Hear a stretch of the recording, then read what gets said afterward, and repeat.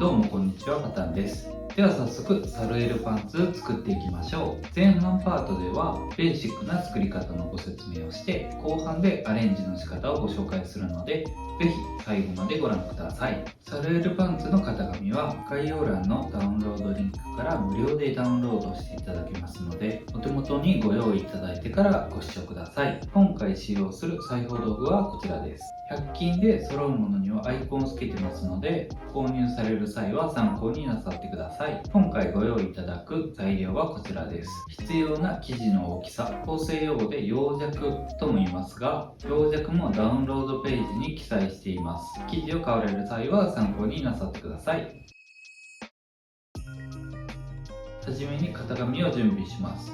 型紙は分割されて印刷される場合がありますので、テープで貼り合わせて1枚の型紙にしてお使いください。型紙のダウンロード方法などは別の動画を概要欄にご用意してますので、そちらもご覧ください。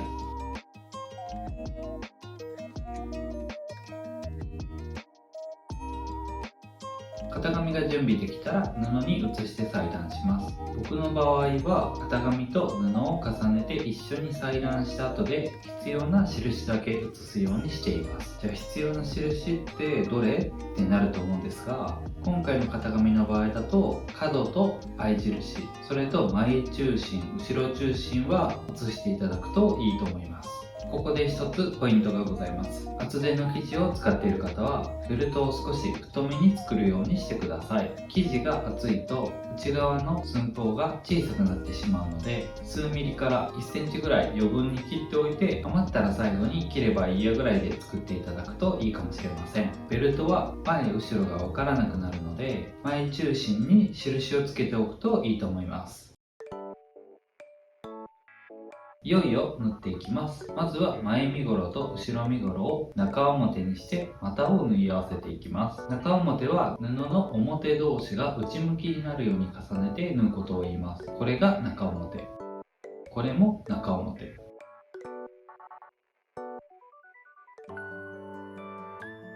股が縫えたら布の端の処理をしていきます。ロックミシンをお持ちの方はロックミシンで、家庭用ミシンの場合はジグザグ縫いなどをして布がほつれないように処理してください。続いて両サイドを縫っていきます。縫えたら股と同様に布の端を処理してください。すでにかなりパンツっぽいシルエットになってきたと思います。あと少しで完成です。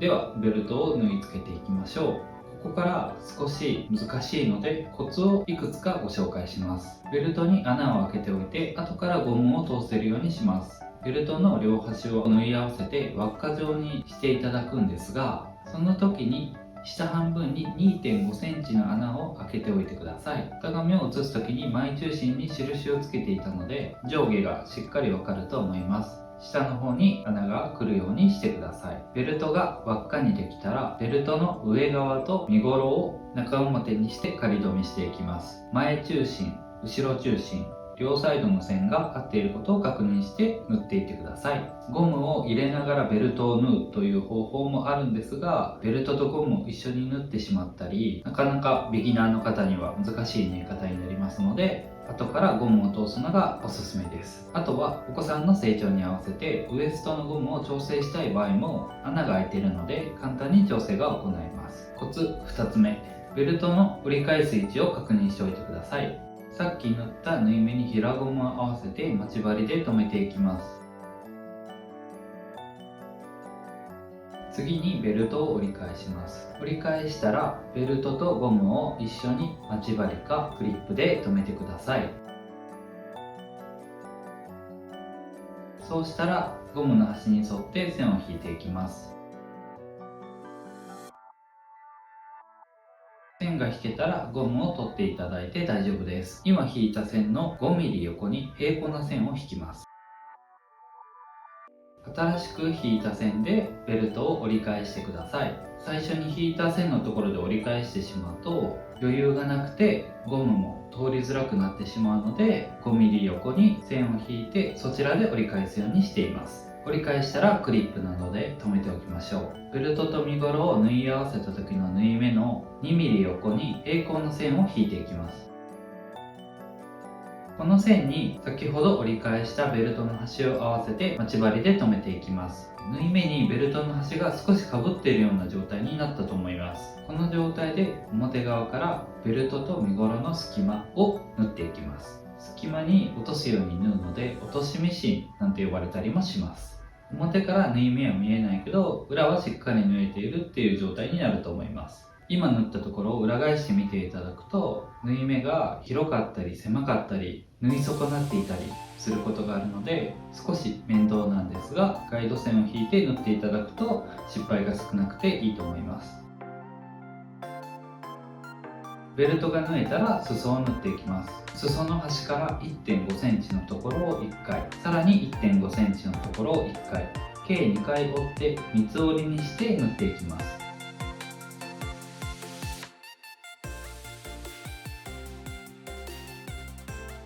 裾が縫えたらベルトにゴムを通していきます。ゴム上がりの長さを確認していただいてゴムに印をつけてからベルトに通していきましょう。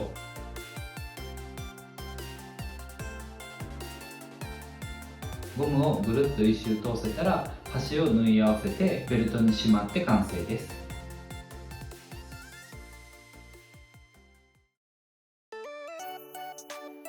ここからはサルエルパンツのアレンジ方法のご説明をします。今回このデニムを参考にしてアレンジしてみたいと思います。まずはデニムの真ん中に縫い目があるのでサルエルパンツも左右を分けて縫い合わせるようにしたいと思います。縫い合わせるので真ん中に 1cm 縫い代を足しておきます。あとはこの部分も再現します。本当のデニムはここにファスナーがついていたり裏地がついていたりするんですがこのデニムはステッチが入っているだけなので同じようにステッチを入れるだけにします。次にポケットを描いていきます。ポケットも偽ポケットみたいです。穴開いてないですね。なので縫い合わせてステッチを入れるだけにしたいと思います。切り返しの線が描けたら三角の部分だけ別の紙に転写します。写し終わったら縫い代をつけていきます。身ごろの方にも縫い代をつけたらいらない部分をカットしておきます。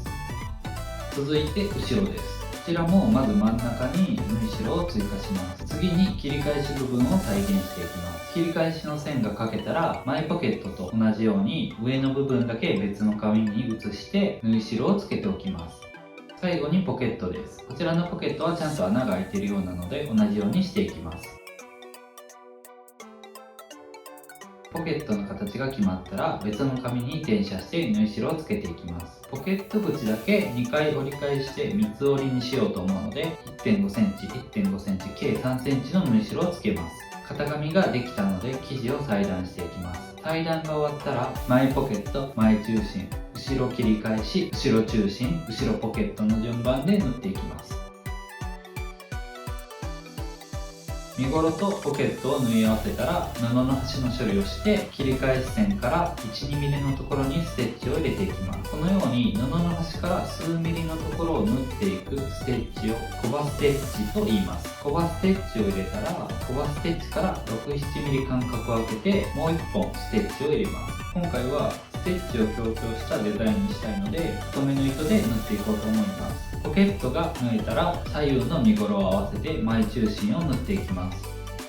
後ろ切り返しを縫い合わせたら後ろ中心を縫い合わせてポケットをつけていきます。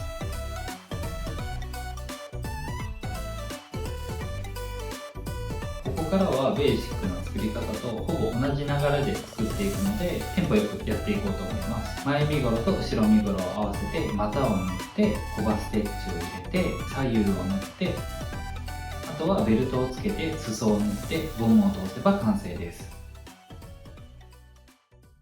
最後まで動画をご覧いただきありがとうございました。この動画を見て自分でも作れそうだなとかこんなの作ってみたいなとかあとは実際に作っていただいた方がいらっしゃいましたらコメント欄やハッシュタグパターンをつけて SNS などで教えていただけると嬉しいです。ちなみにパターンの型紙を使って作っていただいた商品をイベントや、ネットなどで販売していただくのは全然 OK です。詳しくはダウンロードページをご覧ください。インスタグラムやツイッターでは最新情報の発信やプレゼント企画なども行ってますので、よかったらチェックしてみてください。チャンネル登録、高評価、通知のオンもぜひよろしくお願いします。ではまた次回の動画でお会いしましょう。